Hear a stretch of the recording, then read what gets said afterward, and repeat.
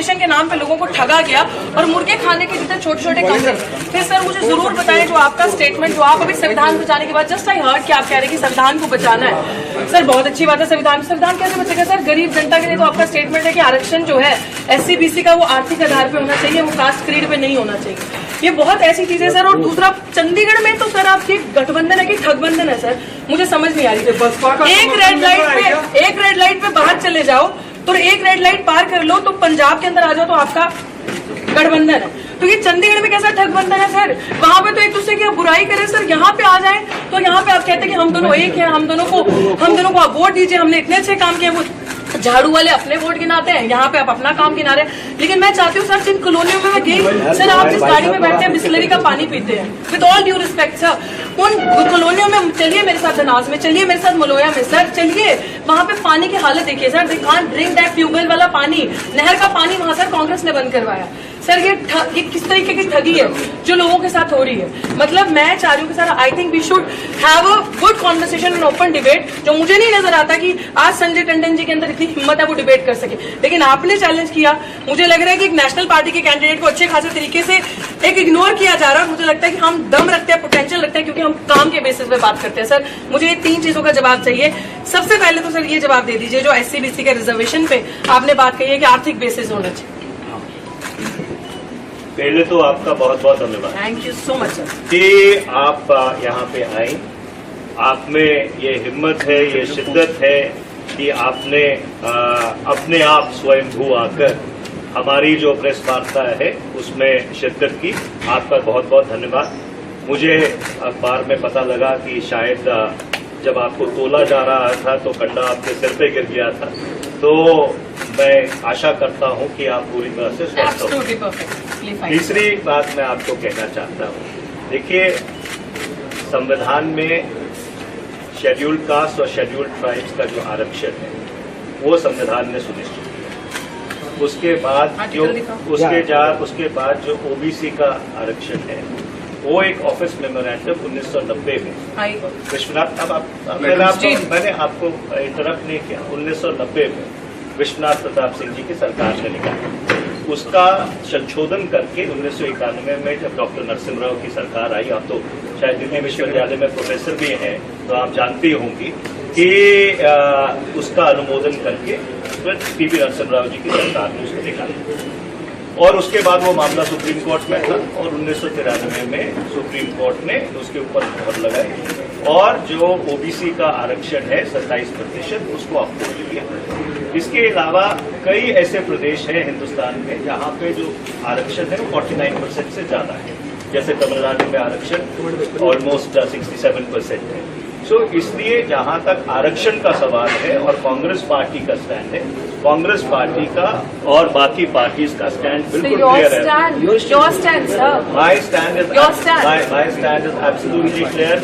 My stand is the stand of the Indian national Congress and Indian national Congress जो है, आप सबको देसी भाषा में समझाना चाहती है, वो संविधान के विरुद्ध काम कर रही है, लेकिन संविधान को बचाने की बात कर रही है। वो आरक्षण के विरुद्ध काम कर रही है कि आरक्षण का बेसिस जो है आर्थिक होना चाहिए, आरक्षण का बेसिस आर्थिक होना चाहिए। इनका स्टेटमेंट है, मैं आर्टिकल दिखा देती हूँ। ठीक एक दिन पहले, कुछ दिन पहले, बिल्कुल मोहन भागवत का सर प्लीज लूज कमेंट करना बंद कीजिए सर।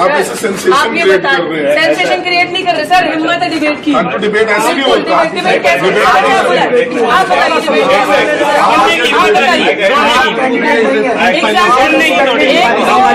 एक तो रिजर्वेशन के खिलाफ बात करनी है सर, वो कैंडिडेट नहीं,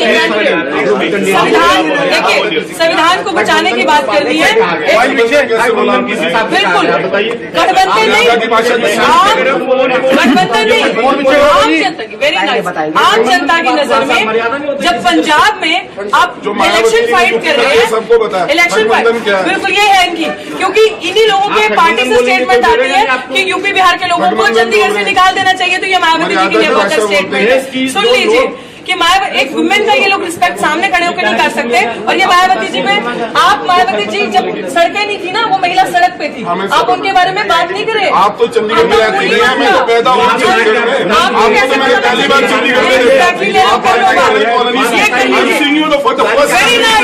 ये लोग चंडीगढ़ में रहते हैं, लेकिन ये लोग चंडीगढ़ के 110 सेक्टर में रहते हैं, चंडीगढ़ की कॉलोनियों में नहीं रहते, चंडीगढ़ की बस्तियों में ये लोग नहीं रहते। ये लोग, इन लोगों ने हमें देखा अभी, ये लोग गठबंधन की बातें करते हैं, लेकिन एक्चुअली अगर हम ठगबंधन इसको कह रहे हैं तो दर्द हो रहा है, because they have never worked, colonies में, बस्तीज में काम नहीं किया है। अभी सिचुएशन ये है कि बहजी पे टिप्पणी करना। आप ये बता दीजिए, आपकी सरकार नहीं थी, SC/ST सप्लाई से बता दीजिए क्यों लागू नहीं हुआ? आप बहजी पे बात कर रहे हैं ना,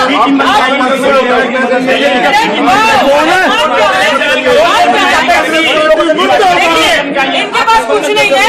अब हम बीजेपी की बी टीम बता देंगे ये काम में गठबंधन, जनता को ठगना, जनता के लिए काम नहीं करना, कॉलोनियों। ये लोग चंडीगढ़ 1 से 10 सेक्टर का दिखाते हैं, ये लोग बस्तियों का चंडीगढ़ नहीं दिखाते। जो चंडीगढ़ कॉलोनीज में बस्तियों बसता है, डंपिंग जोन खाली बीजेपी की देनी थी, कांग्रेस की देनी थी, और दोनों ही एक थाली के चट्टे पट्टे हैं। दोनों ने गरीबों के लिए कुछ नहीं किया। अब गरीबों के लिए मात्र एक आरक्षण ऐसी चीज थी जिनका उनके साथ अपलिफ्टमेंट हो सकता है। वो सोशली ऑप्रेस्ड, जो बैकवर्ड रह गए, जिनका सदियों से अत्याचार हुआ, जिनके साथ जिनका शोषण हुआ, उनको एक ऊपर उठने के लिए मात्र एक अपॉर्चुनिटी मिली। ये कह रहे हैं कि कांग्रेस का स्टैंड है, इट मींस कांग्रेस का स्टैंड एंटी रिजर्वेशन स्टैंड है, कांग्रेस का स्टैंड दलितों के खिलाफ है, कांग्रेस का स्टैंड बैकवर्ड समाज के खिलाफ है। गिनती करो का ड्रामा करके ये लोग अब ये दिखा रहे हैं कि हम लोग एंटी इन सारी चीजों के हैं। बहनजी पे टिप्पणी करना बदर, इनके पास और कुछ नहीं है, मुद्दों में बात नहीं करेंगे। चलो मेरे साथ उन बस्तियों में, जिन बस्तियों में मैं जा रही हूँ, लोग रो रहे हैं स्किन डिजीजेस से, जो डंपिंग जोन बना है। यहाँ पे डड्डू माजरा के पास लोग रो रहे हैं सांस की बीमारी से, लोगों के पास गंदा पानी, ट्यूबवेल का पानी पी रहे, नहर का पानी किसने नहीं दिया। These are the issues. बड़े बड़े जार्गनाइज लैंग्वेज समझ नहीं आती गरीब जनता को, गरीब जनता जिसका वोट लेके ये लोग सरकारें बनाते हैं, भाजपा और कांग्रेस यहाँ पे। और मैं क्यों ना कहूँ मालिकाना अधिकार इतने देर से मिले, सुनिए, मैं क्यों ना कहूँ ये ठगबंधन, जनता को ठग नहीं रहे तो और क्या हो रहा है? सवाल ले लीजिए आप। ऐसा कांग्रेस की प्रेस कॉन्फ्रेंस थी, बीच में आप आई हैं। मैं बीच में नहीं आई, नहीं आप एंडेड दैट प्रेस कॉन्फ्रेंस, आपकी पीस मीडिया, आप मीडिया से हैं,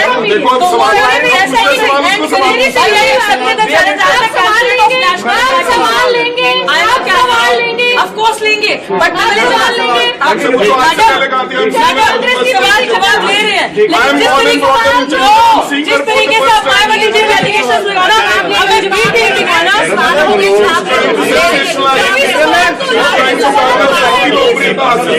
5,000 वोट मिलेंगे। जवाब तो देखिए ऐसा कि मैं इस बात का स्वागत करता हूँ कि बहुजन समाज पार्टी की जो उम्मीदवार हैं वो यहाँ पे आए, उन्होंने अपनी तरफ से एक राजनीतिक भाषण दिया। लोकतंत्र में हर आदमी को ये हक है कि एक मिनट मैंने इंटरप्ट नहीं किया, मैडम जी आप चुपता हो जाइए, मैडम जी आप चुपता हो जाइए, मैडम जी उसकी बात तो सुना दीजिए। सवाल पूछ रहे हैं, पूछ रहे हैं, आप चुपता हो जाइए, उसकी बात तो रखने दीजिए। आपने भाषण देना बाहर जाके दीजिए।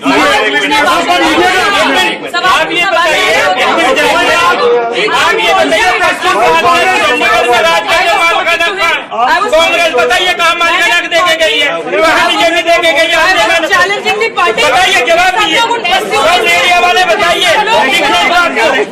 एक मिनट मैडम जी,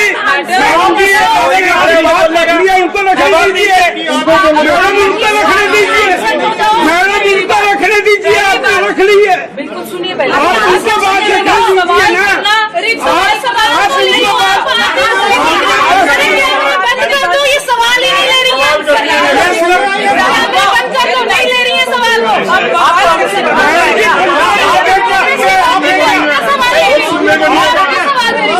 सुनिए, आपका एप्रिशिएट पर आए, लेकिन आंसर तो लेने दीजिए।